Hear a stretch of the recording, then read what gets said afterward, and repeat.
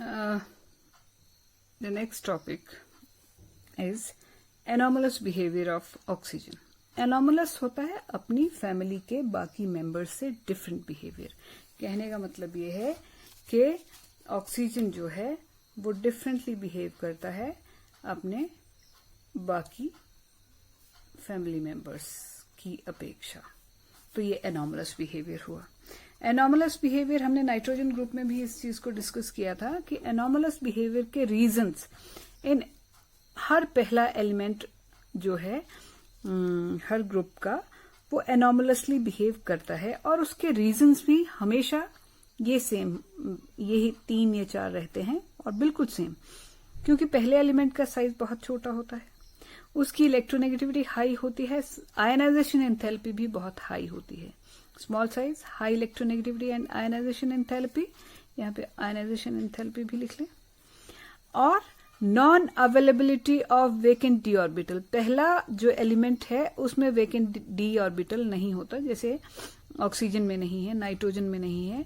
तो इन 3 कारणों से first element of every group has different behaviour than the rest of family members और rest of the group members. इसके examples करेंगे हम। ऑक्सीजन की बात चल रही है, ऑक्सीजन के ग्रुप की, तो ऑक्सीजन के एग्जाम्पल्स करेंगे कि बाकियों से कैसे डिफरेंट था।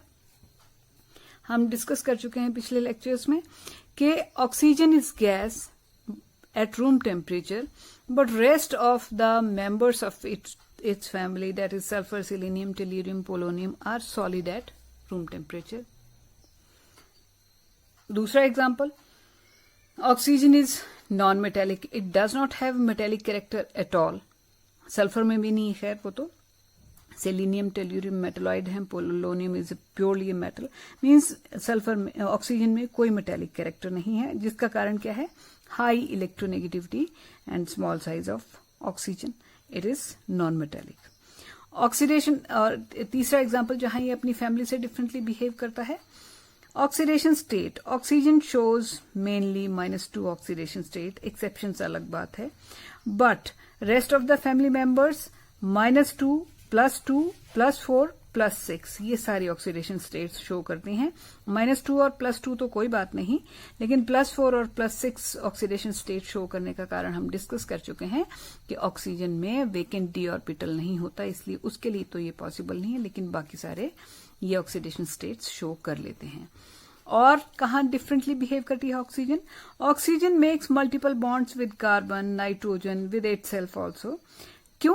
क्योंकि इसमें p-pi बॉन्ड बनाने की कैपेबिलिटी है due to small size of 2p orbital of oxygen.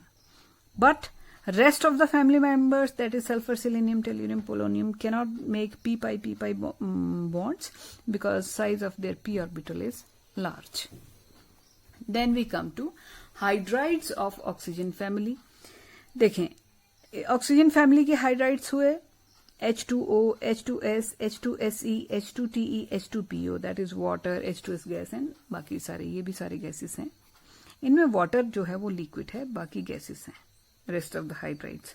अब ये भी एनॉमलस बिहेवियर जो है, इसका कारण जो है ऑक्सीजन है। Water is liquid and rest are gases, why?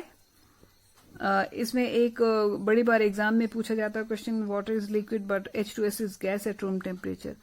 बड़ी सिंपल बात है, H2O में ऑक्सीजन का साइज छोटा है और इलेक्ट्रोनेगेटिविटी हाई है, तो due to small size and high electronegativity of oxygen, water has intermolecular hydrogen bonding, but in H2S size of sulphur is big and electronegativity is low.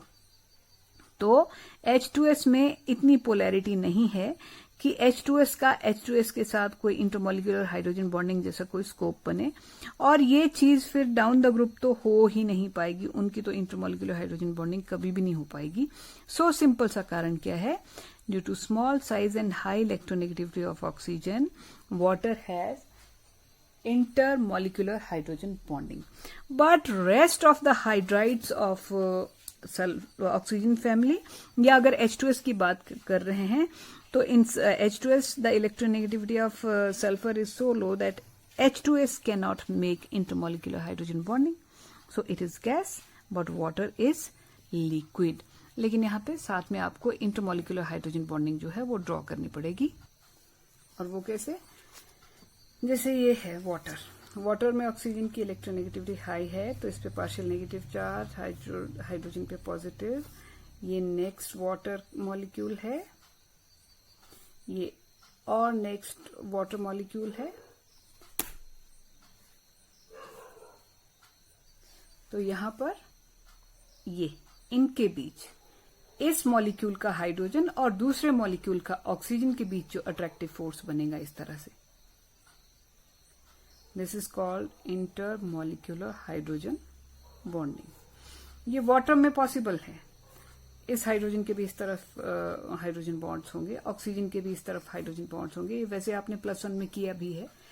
तो ये water में क्यों पॉसिबल है? Because of high electronegativity of oxygen. और H2S में क्यों नहीं है? क्योंकि वहां पे यहाँ पे माइनस आएगा, वहां पे सल्फर की जो है इलेक्ट्रोनेगेटिविटी इतनी लो है कि सल्फर पे कोई नेगेटिव और हाइड्रोजन पे ऐसा क्लियर कट पॉजिटिव चार्ज नहीं सेपरेट आउट होते, वहां हाइड्रोजन बॉन्डिंग नहीं होगी। नेक्स्ट है हाइड्राइड्स की ही बात करें तो the acidic character increases from H2O to H2PO। Why? कहने का मतलब है H2O is less acidic than H2S, is less acidic than H2SE, is less acidic than H2TE, is less acidic than H2PO. This is most acidic. Acid क्या होता है? जो H positive release करे, यानी कि ये वाला H जो फटाफट रिलीज कर देगा वो ज्यादा एसिडिक होगा। तो हमें ये पता है ये fast, slow, slow, slow, slowest. Why? कारण वही है, ये आपका ऑक्सीजन है बेहद छोटा, इसके साथ 2 हाइड्रोजन्स लगे हैं जो कि छोटे छोटे हैं। फिर सल्फर इससे बड़ा है, इसके साथ भी 2 हाइड्रोजन्स अटैच्ड हैं थ्रू कोवलेंट बॉन्ड्स। सिलीनियम और बड़ा। अब हाइड्रोजन तो खुद छोटे छोटे ही हैं और ये कॉमन फैक्टर है, हाइड्रोजन तो सब में कॉमन फैक्टर है। लेकिन किसका साइज बढ़ रहा है? ऑक्सीजन से सल्फर का, सल्फर से selenium, tellurium, polonium.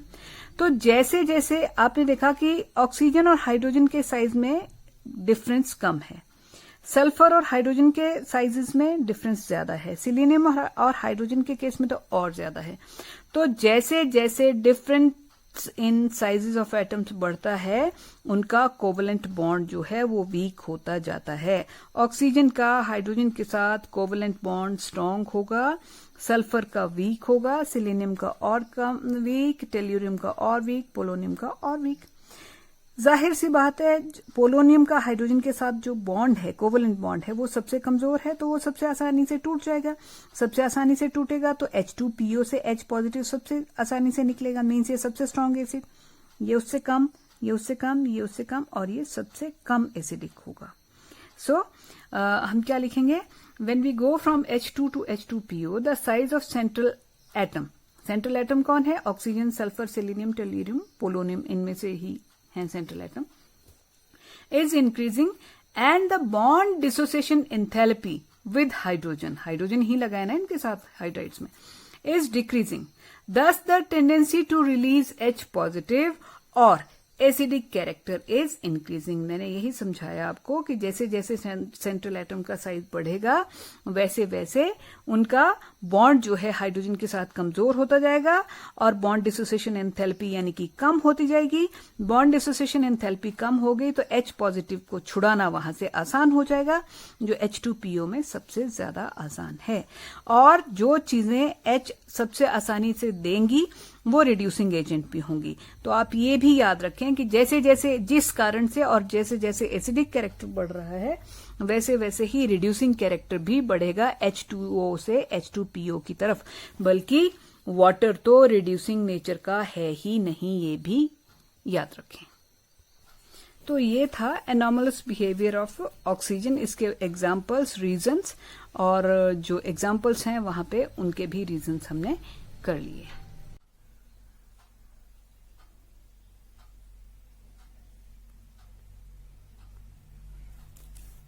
Now, if we see halides of oxygen family, they are like OF2 oxygen dihalides ही बनाता है।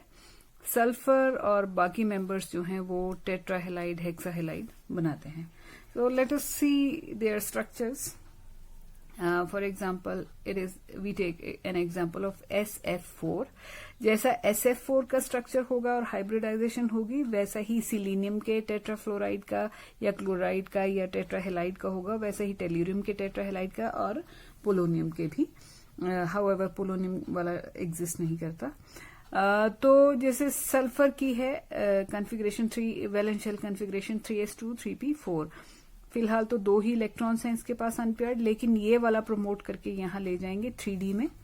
This is 3D. तो we get this situation 3s2 3px1 3py1 3pz1 और 3D में 1. अब इसके पास 4 अनपेयर्ड इलेक्ट्रॉन्स हो गए और एक फ्लोरीन के साथ, दूसरे फ्लोरीन के साथ, तीसरे फ्लोरीन के साथ, चौथे फ्लोरीन के साथ एक फ्लोरीन का अनपेयर्ड इलेक्ट्रॉन आएगा और ये शेयर करके 4 कोवलेंट बॉन्ड अलग अलग फ्लोरीन के साथ बना लेगा. लेकिन उससे पहले यू मस्ट नो कि हाइब्रिडाइजेशन जो होगी, तो हाइब्रिडाइजेशन यहां तक आएगी. 3s से स्टार्ट होगी, 3p के तीनों और 3d का एक, यानी कि हाइब्रिडाइजेशन हो जाएगी sp3d. और बॉन्डिंग जब कर लेगा SF4 जब बनेगा तो उसमें 1 2 3 4 यहाँ पे तो 4 बॉन्ड पेयर बनेंगे, क्योंकि एक इलेक्ट्रॉन सल्फर का और एक फ्लोरीन का शेयर करके यहाँ पे बॉन्ड पेयर्स बन जाएंगे. और 5वां क्या होगा, लोन पेयर होगा. Means sulphur has 5 electron pairs around it. अब 5 इलेक्ट्रॉन पेयर्स अगर तो बॉन्ड पेयर हो तो सीधी सी बात है, ट्रायगनल बाई पिरामिडल ज्योमेट्री होती है. लेकिन 5 यदि क्या हो, बॉन्ड पेयर्स हो. बट यहाँ पे प्रॉब्लम क्या है कि एक जो है वो लोन पेयर है. सो अगर 5 बॉन्ड पेयर होते then the geometry would have simply been trigonal bipyramidal. But now it is not that simple a case. अब 5 में से एक जो है वो लोन पेयर है. ये लोन पेयर क्या करता है, इसको एक्सपेक्टेड ज्योमेट्री तो ये थी इसकी कि ऐसी ट्रायगनल लोन पेयर यहां पे आ गया, 1 2 बॉन्ड पेयर ऐसे और एक अप और एक डाउन. तब हम इसे कहते हैं ट्रायगनल बाय पिरामिडल. बट एक्चुअली क्या होता है कि लोन पेयर, ये वाला लोन पेयर इस बॉन्ड पेयर को भी रिपेल करेगा और इस बॉन्ड पेयर को भी रिपेल करेगा, ये जो एक्सियल वाले हैं. तो ये बॉन्ड पेयर जो है ऐसे, अदरवाइज तो इन दोनों बॉन्ड पेयर्स में, इस बॉन्ड में और इस बॉन्ड में 180 डिग्री का एंगल होना चाहिए. लेकिन क्योंकि इस बॉन्ड को इधर से ये लोन पेयर पुश कर रहा है और इधर से भी पुश कर रहा है, रिपेल कर रहा है, सो फाइनली ये 180 का एंगल नहीं बचेगा. ये वाला बॉन्ड जो है, जो ऐसे हमें 180 पे चाहिए था, ये बॉन्ड थोड़ा इधर को बेंड हो जाएगा और ये बॉन्ड इधर को बेंड हो जाएगा. So this bond angle is of 173 degree.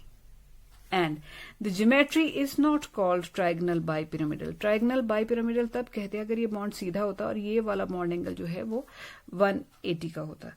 सो वैसा नहीं, ये बेंड कर गए हैं, तो इस ज्योमेट्री को हम कहते हैं सीसॉ ज्योमेट्री. और this is all due to lone pair bond pair, lone pair bond pair repulsion. बाकी ये वाला जो बॉन्ड एंगल है इट इज 120 डिग्री और ये 3 चीजें एक प्लेन में हैं, एक लोन पेयर और 2 बॉन्ड पेयर. और ये जो एक्सियल बॉन्ड पेयर्स ऊपर और नीचे होने थे ये थोड़ा सा बेंड कर गए हैं. And the geometry is called seesaw geometry. Hybridization sp3d थी. नेक्स्ट है हमारा SF6. SF6 में हमने जो सल्फर की ये कॉन्फ़िगरेशन थी, सल्फर के पास इनिशियली तो यही कॉन्फ़िगरेशन थी. हम ये वाला इलेक्ट्रॉन भी प्रमोट करवा देंगे यहाँ पे और ये वाला भी यहाँ प्रमोट करवा देंगे. और फिर हमारे पास एक, ये तो यहां गया है और यहां जो था वो यहां आ गया है. 1 2 3 4 5 6 अनपेयर्ड इलेक्ट्रॉन्स हो जाएंगे. अब ये भी फ्लोरीन के साथ शेयर करेंगे, ये भी ये भी ये भी ये भी, और टोटल 6 फ्लोरीन्स के साथ आप शेयर करके 6 कोवलेंट बॉन्ड्स बनाएंगे और हाइब्रिडाइजेशन हो जाएगी sp3 और d2, sp3d2. और क्योंकि सल्फर के इर्द गिर्द 6 बॉन्ड पेयर्स हैं तो ज्योमेट्री जो है वो बड़ी सिंपल है. 4 बॉन्ड जो है सल्फर के इर्द गिर्द इस तरह से एडजस्ट हो जाएंगे एक स्क्वायर में, और 5वां और 6ठा बॉन्ड जो है above the square plane, above the plane of square और below the plane of square, जिसको आप एक्सियल बॉन्ड्स कहते हैं. ये जो ऐसे वाले होते हैं ये वर्टिकल, और ये वाले इक्वेटोरियल थे, और ज्योमेट्री का नाम आ जाएगा स्क्वायर बाइपिरामिडल भी कह देते हैं, या ऑक्टाहेड्रल, या स्क्वायर बाइपिरामिडल भी कह देते हैं इसको, बोथ आर पर्टिनेंट। सो इसके सिवा और इम्पोर्टेंट चीज क्या थी कि मैग्नेटिक कैरेक्टर अगर ऑक्सीजन का देखें तो O2 इज पैरामैग्नेटिक। ये याद रखें, आपने इसकी मॉलिक्यूलर ऑर्बिटल डायग्राम की होगी +1 में ही की है, तो उसमें इवन नंबर ऑफ इलेक्ट्रॉन्स के होने के बावजूद भी anti bonding molecular orbital of oxygen में 2 अनपेयर्ड इलेक्ट्रॉन्स होते हैं, due to which it is paramagnetic. बाकी सारे डायमैग्नेटिक हैं।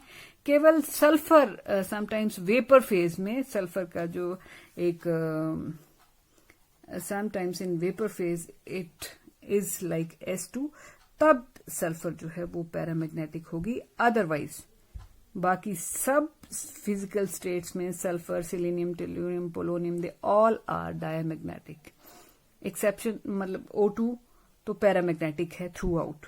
सल्फर वेपर फेज में अगर S2 के फॉर्म में कन्वर्ट हो जाती है तब ये पैरामैग्नेटिक होती है, otherwise it is also diamagnetic. Now we do dioxygen. Dioxygen means O2। सबसे पहली बात हम इसकी प्रिपरेशन करेंगे, फिर dioxygen can be prepared by heating potassium chlorate in presence of manganese dioxide. Heat करेंगे इसको तो ये दे देगा हमें KCl plus O2। If we balance it तो 2 एंड 3 O2। तो पोटेशियम क्लोरेट को हीट करके भी मिल जाता है, या हाइड्रोजन पेरोक्साइड को डिकम्पोज करें अगर हम H2O2 एक्वस इसको मैंगनीज डाइऑक्साइड की प्रेजेंस में ही डिकम्पोज करेंगे तो बड़ा सिंपल सा रिएक्शन है। H2O प्लस हाफ O2 भी लिख सकते हैं आप, और अगर यहाँ पे डबल कर दें तो फिर 1 O2 हो जाएगा। Again we get oxygen. Oxygen can be obtained industrially from atmosphere, मतलब एयर से भी इसको लिक्विफाई करके ऑक्सीजन मिलती है, या वाटर का इलेक्ट्रोलिसिस करें तब भी हम कैथोड पे वाटर का इलेक्ट्रोलिसिस कर दें अगर, तो कैथोड पे हाइड्रोजन और एनोड पे ऑक्सीजन हमें मिलती है। As far as solubility is concerned, so you must always keep in mind के solubility of oxygen in water is very essential to maintain the aquatic life। जो पानी में रहने वाले जीव हैं उनके सांस लेने के लिए ऑक्सीजन का पानी में soluble होना जो है वो बेहद जरूरी है। और 3.08 ग्राम, sorry not gram, it is centimeter cube per 100 centimeter cube। कहने का मतलब 3.08 क्यूबिक सेंटीमीटर ऑक्सीजन जो है वो 1000 क्यूबिक सेंटीमीटर वाटर में soluble होती है, and it is sufficient and necessary for maintaining the aquatic life। Isotopes oxygen के 8O16, 8O17, 8O18, ये 3 आइसोटोप्स होते हैं। और O2 पैरामैग्नेटिक है, ये हम पहले ही डिस्कस कर चुके हैं। Oxygen is highly reactive,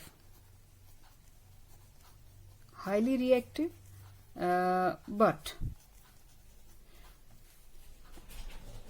it can react with everything except AU and PT. Except these two metals, it reacts with every metal and non-metal, and usually reactions of oxygen are exothermic with reaction with oxygen means combustion। तो कोई भी चीज जब जलती है तो heat तो वहां से निकलती ही है, और once the reaction is started तो एक्सोथर्मिक होने के कारण it will keep on going, but in order to initiate the reaction, शुरू करने के लिए हमें कंबशन शुरू करने के लिए मिनिमम 493.4 किलो जूल पर मोल ये एनर्जी चाहिए ही होगी, क्योंकि this amount of energy is required to break the double bond between two oxygen atoms. और जब एक बार ये मिल गया और ऑक्सीजन डिसोशिएट कर गए तो ऑक्सीजन फिर किसी भी चीज के साथ रिएक्ट करना शुरू कर देगी।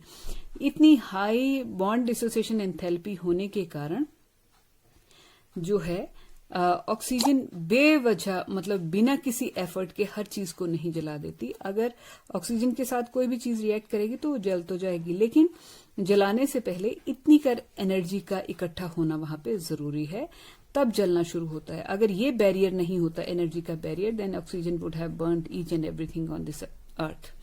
सो ये याद रखने वाली चीज है कि ऑक्सीजन के जो डबल बॉन्ड को डिसोशिएट करने के लिए वी नीड 493.4 किलो जूल पर मोल, जो कि इसकी रिएक्टिविटी को थोड़ा सा हिंडर करके रखता है, रोक के रखता है, because this high amount of energy is not easily available. But once this amount is available, then oxygen burns, oxygen reacts with almost everything, and its reactions are exothermic. Combustion is always exothermic.